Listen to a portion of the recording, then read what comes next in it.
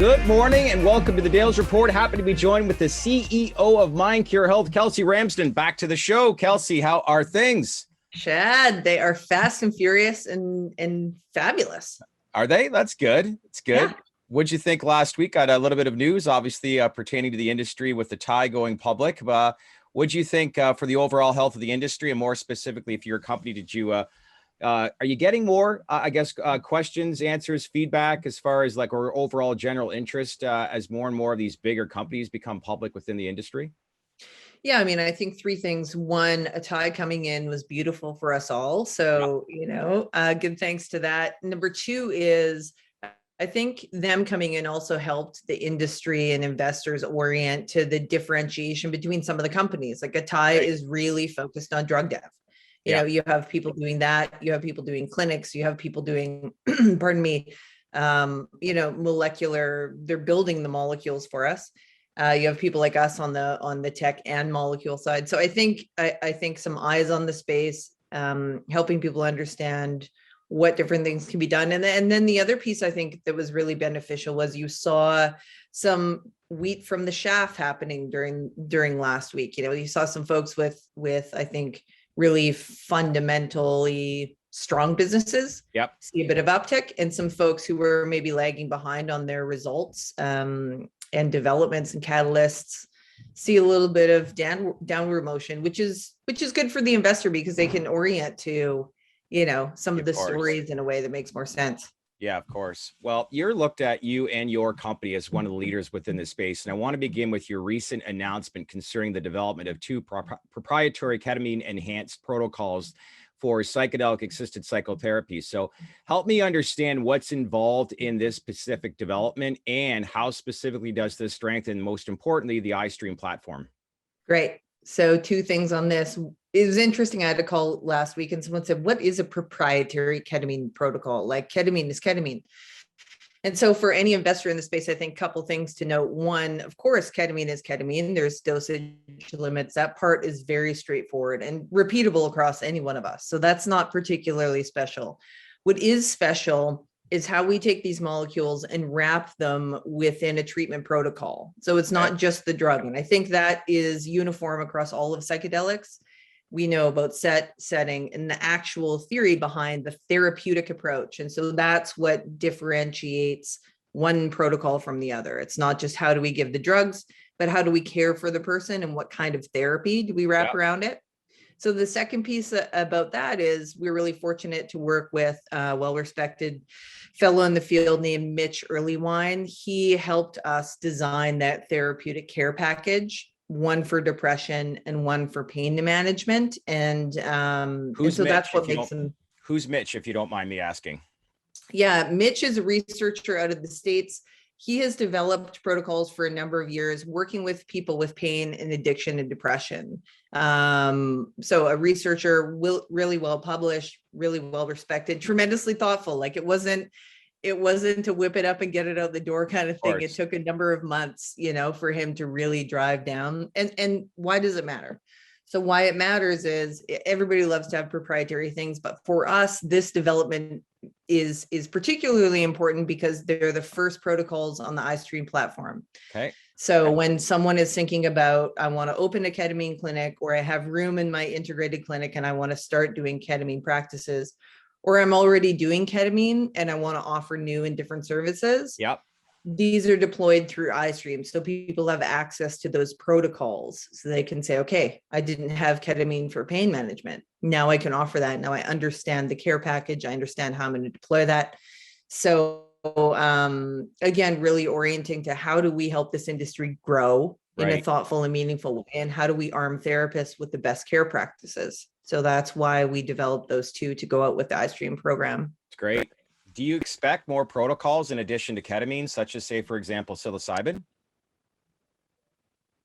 Yeah, so on the iSTRYM program, you can upload your own protocols. So if you have your own, that's great. Psilocybin, certainly we have some people who are utilizing the program who will be doing it in research. So where psilocybin is legal, right? Because we currently can't be deploying it into other places because it's not currently legal. So For clinical research practices, we can do all sorts of things. We can do Right. 5-MeO, we can do anything.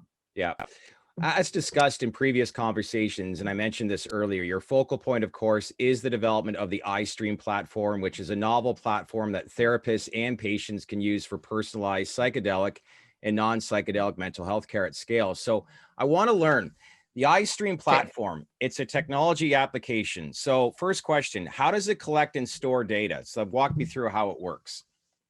Great. So we use your wearable. It's bring your own wearable. So you have a Fitbit, you have a Google Watch, you have an Oura Ring. So that collects passive data. So it's collecting all the things like heart rate, your HRV, your sleep. In some cases, we can do oxygen levels, depends on the wearable. And so anytime someone is wearing that, we're collecting their data. Most therapists have their patients start a couple of weeks before treatment so that we get a good solid baseline. And then during treatment, of course, after the patient leaves the therapist's office, we continue to collect the data. So there's always that which is backflow. lucrative, I would think. Yeah, exactly. And so that's how it works. And the idea is, in simple terms, what we do for therapists is we provide them a roadmap, we provide them an increased quality of care, and we give them an opportunity to save costs and reduce the amount of time it takes to administer this kind of care. Okay. So for the patient, what it means is quantified medicine, personalization at scale. So they're able to see how and what is working for them. And it gives them a direct line to the therapist in a way that, you don't get otherwise. Right. So the end goal is a rollout later this year. You want this technology available, I would assume, in as many clinics as possible. So saying that, have you had conversations yet with clinic operators? And if so, what kind of feedback are you receiving? Yes, we absolutely have. So the MVP goes out with some key opinion leaders in August. Okay. The feedback is, so what we see in this industry is we have medical records kind of systems, so the basics.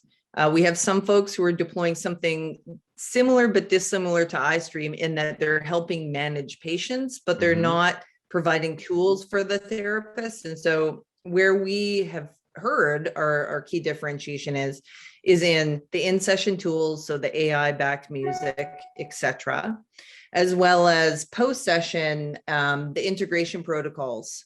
And so that's really what's differentiating us, and in a way that therapists are able to really say, we're getting these specific kind of outcomes for these specific kind of patients. Because patients do have a hurdle to say yes to psychedelics. Not everyone is open to it just yet. Yeah. And so for a therapist, they're finding it really important to be able to provide that hard and fast information to patients to say, yeah, okay, I can sign up for that. I can see how this works. You've shown me. Well, it's interesting to see once this becomes further along in legislation, how companies are going to be able to brand, because it's like, how do you get, if the results are positive and they've been incredible so far with a lot of trials that are being conducted, how do you get people to rethink about the actual approach? Because including myself, the idea of doing something like this, I would be very nervous at front. But at the same time, too, you have to focus on the end goal, which is like, if there's results that are being a lot more effective than, say, currently with the opioid crisis as to what we're dealing with, how do we get around that? But is those conversations that you have on a day-to-day basis amongst other players in the space? Yeah, absolutely. I mean, there's a difference between what works in the research setting where it's very, very controlled. Yeah. And how we bring that out into the real world. And I think, to your point, that's what a lot of patients are queuing into, is like, okay, that's fine, we've got this whole thing, but my situation is different. Everyone thinks, and it's true, everyone's situation is different. So what we see as our place in the industry is really being that bridge from the therapist to the patient, and from the research and understanding what that means and bringing it down to the patient level.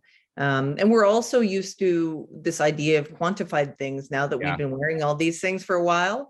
People want the assurance. And so that's one thing that we're finding that a lot of these drug developers and colleagues in the industry are looking at. They're also looking at how to de-risk when they roll these things out. So you spend a lot of years developing a protocol and a drug, and then you want to make sure that the people who are offering that in the clinics are doing it in a really responsible and respectful way. And this allows those people to have, that data to say, oh yeah, this guy's doing it right. And these other people maybe will pull the protocol from, Of course, gives you an idea as to how early we still are within this industry. A stat that I found last week that really grabbed my attention: big pharma, just in content marketing alone last year, spent almost $5 billion. Think about that. That's a staggering number, to say the least. It's true. iSTRYM platform scheduled to roll out, so the launch for iSTRYM is scheduled for August. The commercial rollout is projected for Q1 2022. So walk me through what you believe the adoption process is going to look like, both of your partners at ATMA clinics and with clinics that are currently not part of your ecosystem. Yeah, so early days, like I mentioned, we have some key opinion leaders who you'll hear about soon, who are going to be utilizing the platform between August and kind of January. And that's just a period of learning and pointing the AI at the good data. And then beyond that, what we're seeing is a mix of people who are doing clinical programs out in the public. Yep. And then people who are doing research programs. So getting actually a lot of uptake on the research side of things. And then the third piece is people who want to open clinics, because there's actually quite a significant ramp up of that, of people who are seeing the psychedelics industry and identifying an opportunity in their own clinics and saying, how can I bring this in? So I think we'll see those three component pieces pretty equally represented. Where do you think we are from an ecosystem across North America when it comes to clinics, let's say in the next 2-3 years? Do you know? I mean, my crystal ball would say we're probably 10% into the game. Like, it's that early. Okay. I think what we'll see over the next 2 years, because we won't have MDMA and psilocybin and some of these other psychedelic molecules for a while, the next couple of years is going to be growth and scale of ketamine providers. But we're going to see the makeup of those clinics look a little bit different as people are starting to prepare for different molecules. Of course. And the other thing we're going to see a lot of, and I think this will even surpass the full ketamine clinic, is clinics that are currently doing assisted therapies of any type. So the talk therapy, psychiatric care, starting to adopt psychedelics within their larger practice. So they have this lead funnel of people who are coming in for regular talk therapy who might opt into psychedelics and they want to keep them in their payment ecosystem. So they're going to start offering psychedelics as a part of their integrated clinic. I think we'll see a lot of that.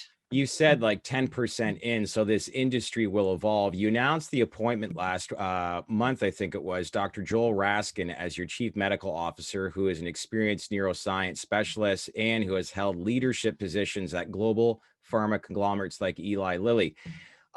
Saying all this, do you ever envision Mindcure getting into the trial side of drug development, or are you laser focused on the iSTRYM platform for the foreseeable future? Well, on our drug development side, you would have, or investors might have seen our announcement of our Ibogaine program. So synthetic Ibogaine is a part of our program. And part of the reason that we wanted to synthesize it was because we know it's imperative to have the synthetic drug for clinical trials. We also have people on our team like Dr. Dan Engel and others who are interested in TBI. And so we believe there may be some opportunities to combine those programs. So I think in the future, the answer is yes. You'll see some clinical programs coming out from Mindcure. So you brought up Ibogaine. You recently completed the first stage of manufacturing pharmaceutical grade Ibogaine to be used in clinical research. Is the focus to sell this molecule to other research companies, or do you think eventually you set up your own clinical preclinical studies down the line? And I see a smile on your face. So I can tell you part of the answer, and I'll let you know the other part might have been inferred, but the part of the answer is yes, of course. Like, those are the calls we're taking now from people who want to do research with Ibogaine. We're the first people to have the synthetic. So that'll be the first order of business. And then ideally, you know, the third order of business is when these trials get ongoing and we see some uptake and we see the ability for the regulators to approve Ibogaine, you know, we'd like to supply the market. Right. And that looks like supplying the market for indications like opiate addiction, brain injury, cluster headaches, those kind of things. So it's a tremendous market, and feel awful happy to be at the front of it. Good stuff. Listen, I know you're busy. Appreciate the update. You're on vacation this week and you come in. So if you shareholders are out there, this is how hard that your CEO is working. No time off, no sleep for Kelsey, but listen. No rest for the wicked. Exactly. Appreciate the time. Keep in touch. Okay. All right. Thanks, Chad. All right. Thanks, Kelsey.